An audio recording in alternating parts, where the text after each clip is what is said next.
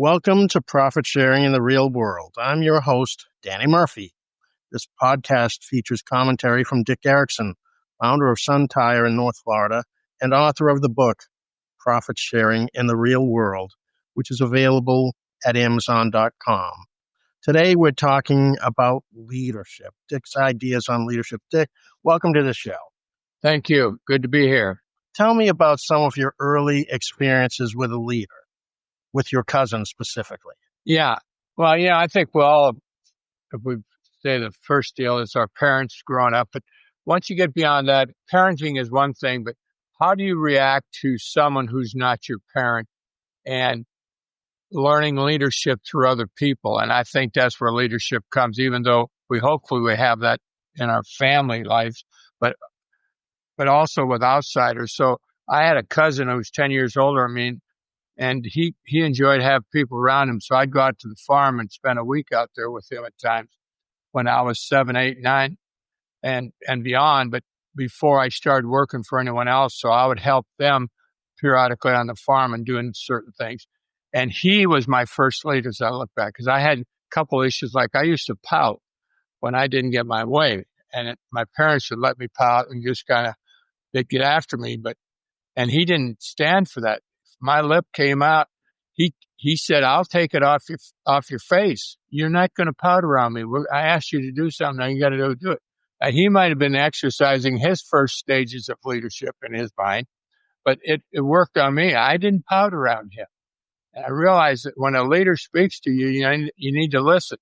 I wasn't the most, it took a while to realize not to do shortcuts and all that, but what a leader asks you to do, whether you like it or not, I had to learn to do that. And I think that's part of it. If you don't like the leader and you're not in a society of totalitarians or whatever the word is, you don't have to be there. But if you're there, you got to listen to the leader.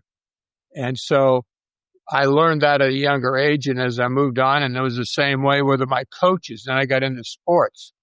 Nothing better than a great coach, but he treated you as a human being, but could be very demanding, and that didn't mean he wasn't a good leader. In fact, if he was demanding, more than likely, you had a better team than the one leader who wasn't that way. So learning that, I found early, and I think sports probably brought it out for me early. And then I worked at 11 years of age, I had a full-time job in a farm, and there I was expected to be up in the morning. I suppose it was 6, 7 in the morning.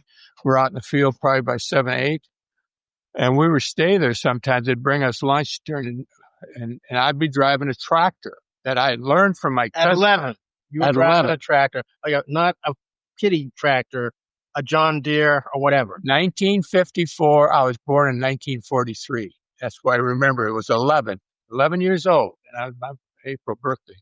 So here I am driving a tractor, and that's a piece of there's different things that happen. People get injured on equipment and stuff, and they don't know what they're doing. So I was there. My leader was the head of the farm, and very demanding. And he treated me as if I was 15, 16, I think, as I look back. I pulled in one time and couldn't get the machine working properly because it was wet in the morning. And I came back into the yard or farm. He said, "What are you doing back here?" And I said, "Well, I couldn't get it to mow the hay out there because it was wet." And he said, "Did you gear it down?" Meaning, did you put it in a lower gear so you're going through it slower so you have a chance to cut it then? I said, "No." He says, "Well, get your fanny back on that deal and get out there and try that." I'm 11 years old. I remember when that happened. And did I get on the tractor? You bet I did. And I never came back without trying what he had told me to do. But anyhow, so you learn those things from people, some did. There was no perfection to it. The Marine Corps, the drill instructors that we had early, very demanding. And, and the way you stayed out of trouble is listen to them. And so they're not repeating something they've already told you. And so you learn from these things from good leaders. And you liked them that they'd be very explicit, so you didn't get in trouble. God, I thought I had it down. What if you gave you if you didn't do it explicitly, you could get into trouble that way. But that's Talk a little bit more about that, because those drill instructors, although they come across harsh, they want their guys to make it. They're there to make Marines and soldiers out of what they get. Yeah. That's their job. They're not there to get people to wash out. Tell me about that. well, one thing that as I reflect on that is they're taking kind of an untrained person into a world, and when you're going out and your job is to protect, and to do that, sometimes you're taking on the enemy, and so you got to know but you get instructions and you're expected to do things explicitly exactly what you're being told. It makes you feel kind of like a robot if you're not careful. But the point of that is you learn to take instructions and perform instruction. And none of us grew up thinking that way. Our parents tried to do it, but usually they give you a little bit and then give you a hug. The drill instructors gave no hugs. You're expected to do it and do it right every time. Took them a while to get us to that.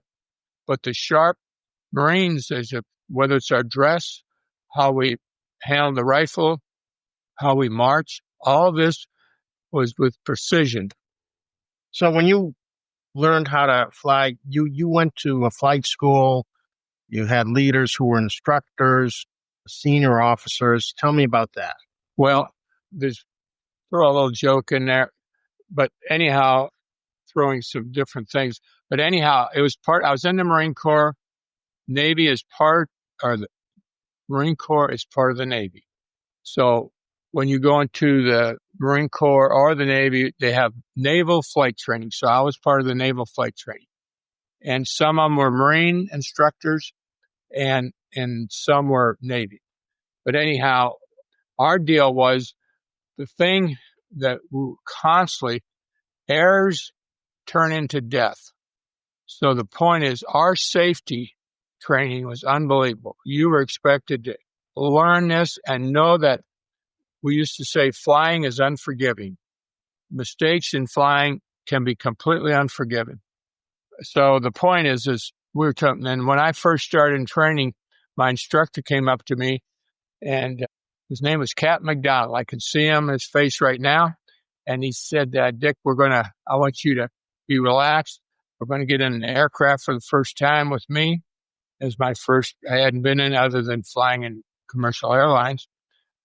He said, and so I want you to get relaxed, and I want us to have a good, friendly relationship. And what I didn't realize is what was coming down there. So the next thing, and he said, I wanted to make this so comfortable for you that I want you to call me by my nickname. And I'm going, where is this going?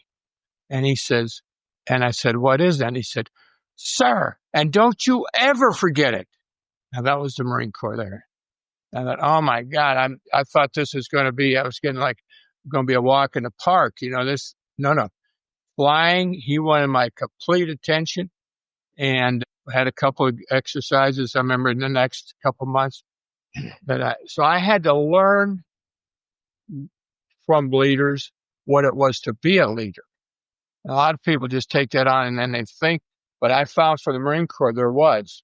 What they did after hours stuff, that was not the issue. The issue was when we had a job to do, we did it. And we could, so the point was the Marine Corps is very good to me. Did I want to do that the rest of my life? No. It was pretty rigorous. So you went to flight school, you became a pilot, then you went to Vietnam, made the transition to being a leader, an officer. Tell me about that. Well, I did. When you get in my case, I didn't have my degree yet. I had 3 years of college. I had some trouble in school for academics and was about to get drafted. I got into the Marine flight program. And as I got through initial training, which was 13 weeks, that was the tough part. But that was just on learning the leadership issues of being a Marine, being an officer, soon to be. And so I got in there, and then officers were training us. But back to I was getting trained throughout the whole deal, and quite frankly, it never quit. And you're an officer, and there's always a better way probably to present yourself. How do you look? How does my uniform look? How do I talk to people? I remember someone said to swear in your conversations with your troops gets you nowhere. It distracts them from the point you're trying to make. And I learned early that, some people get up and they throw out cuss words and stuff like that. Now, could they cuss? Yes. Were they able to? That's the point. But if they could leave that out of it and make their presentation straight, another way of good leaders. So then you got into the tire business, and you were fortunate to have some good mentors. Let's talk about that a little bit. Well, as I got into the tire business, first of all, by that point, I had finished the Marine Corps, went back to school, got my degree, and I entered the tire industry. And they were trying to figure out, as I was trying later on, would a college graduate fit into their organization? They had 16 stores and had a real need for leadership, as we always did, because we started on the ground level with people that had little or no education as far as a higher education. So they were trying to figure me out. And what I saw with them is they knew their job. They knew what the tire business was all about. And that was to please the customer. And that was the focal point. And so early in the stage, I had these type of people that were good, solid individuals. And that was the starting point. So as a manager and a minority owner, you learned how to manage and lead employees. It wasn't that different from the Marine Corps, was it? No, it wasn't. The difference was they could walk off the job anytime they wanted to. In the Marine Corps, you were there for your commitment, what it was. So you had to be a little more sensitive about their feelings, if you will, which is not nothing wrong with that. Should have been that. But in the Marine Corps, the real objective was you're taking on an enemy possibly, and there isn't any questions being asked. We're going after it. Here is, we could stop and ask some questions. No questions. So I had to, when I got in here, was how do I treat people? And I probably was a little bit tough at the beginning. I had to kind of soften my approach, but the basic deal was I had to be a good example to them. And they would follow a tough leader and I'm not saying I was tough, but I was accused of appearance, how they talk to people, how they address me, different things, yes. So when you started Sun Tire, you wanted to lead by example, and you wanted managers who also could lead by examples. Let's hear something about that. Well, that was again, the pot that I had to pick from was my tire changers and mechanics, possibly, because you wanted them to know what it was they had to do. And you couldn't do that just by read a book or read some deal. Yet what really worked was get out there, change some tires, do this sort of things, get cars on and off the rack, dealing with customers. A lot of them, it was a distrusting industry. Everyone had been ripped off a time or two in the automotive repair industry. So you had to gain their trust and confidence.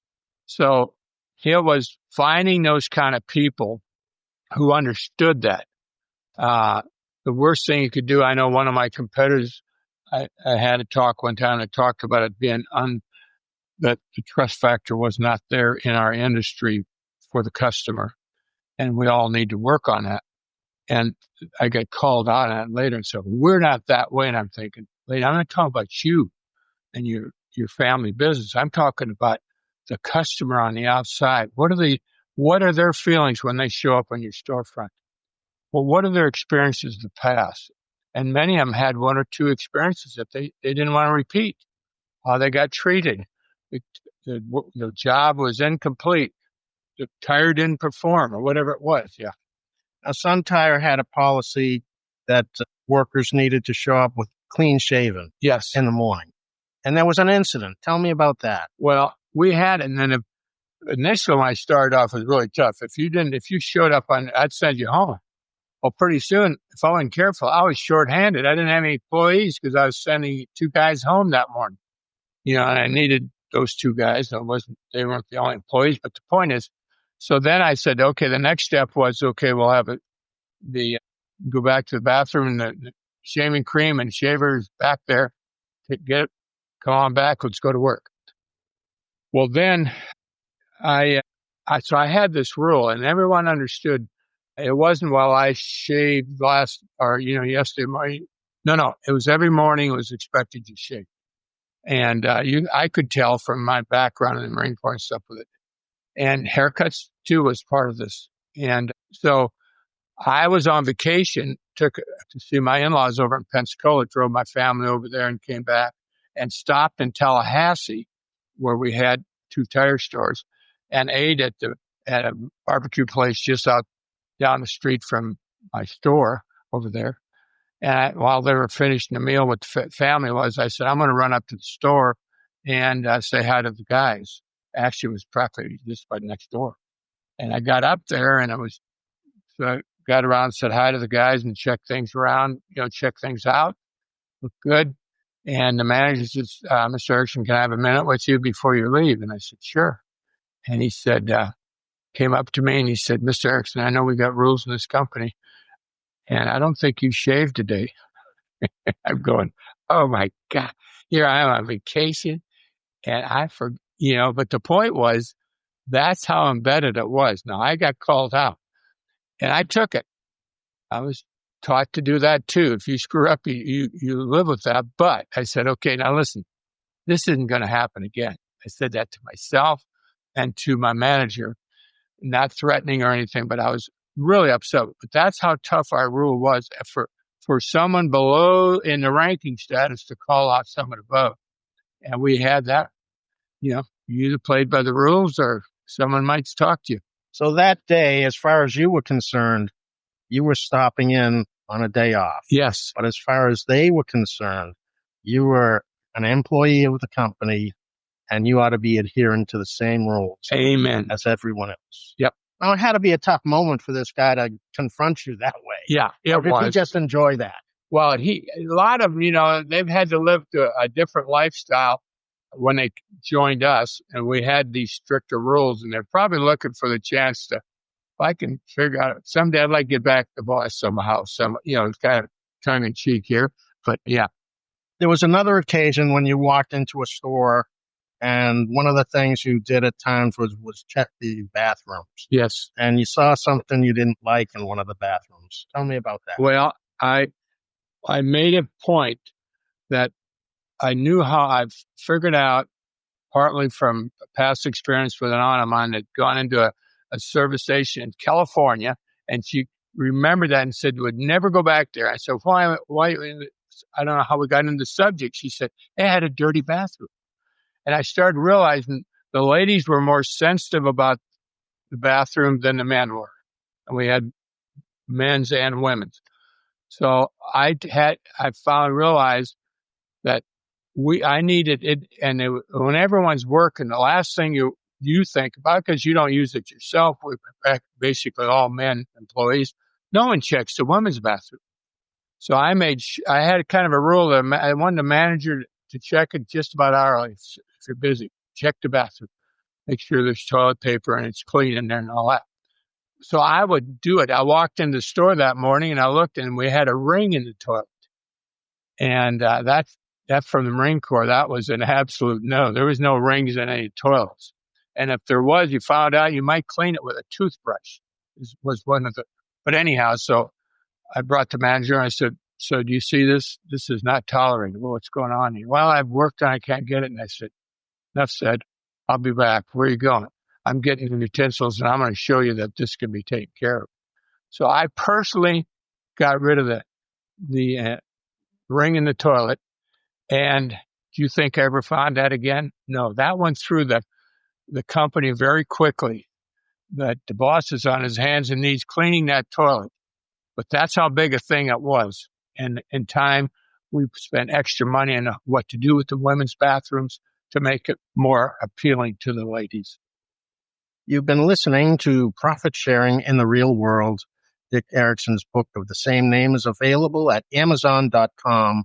If you have a question for Dick to address in a future episode, or if you have a story about how you've seen profit sharing work in the real world, please send me an email, Danny Murphy. The email address is danny@successstory.biz, success story completely spelled out. Thank you for listening.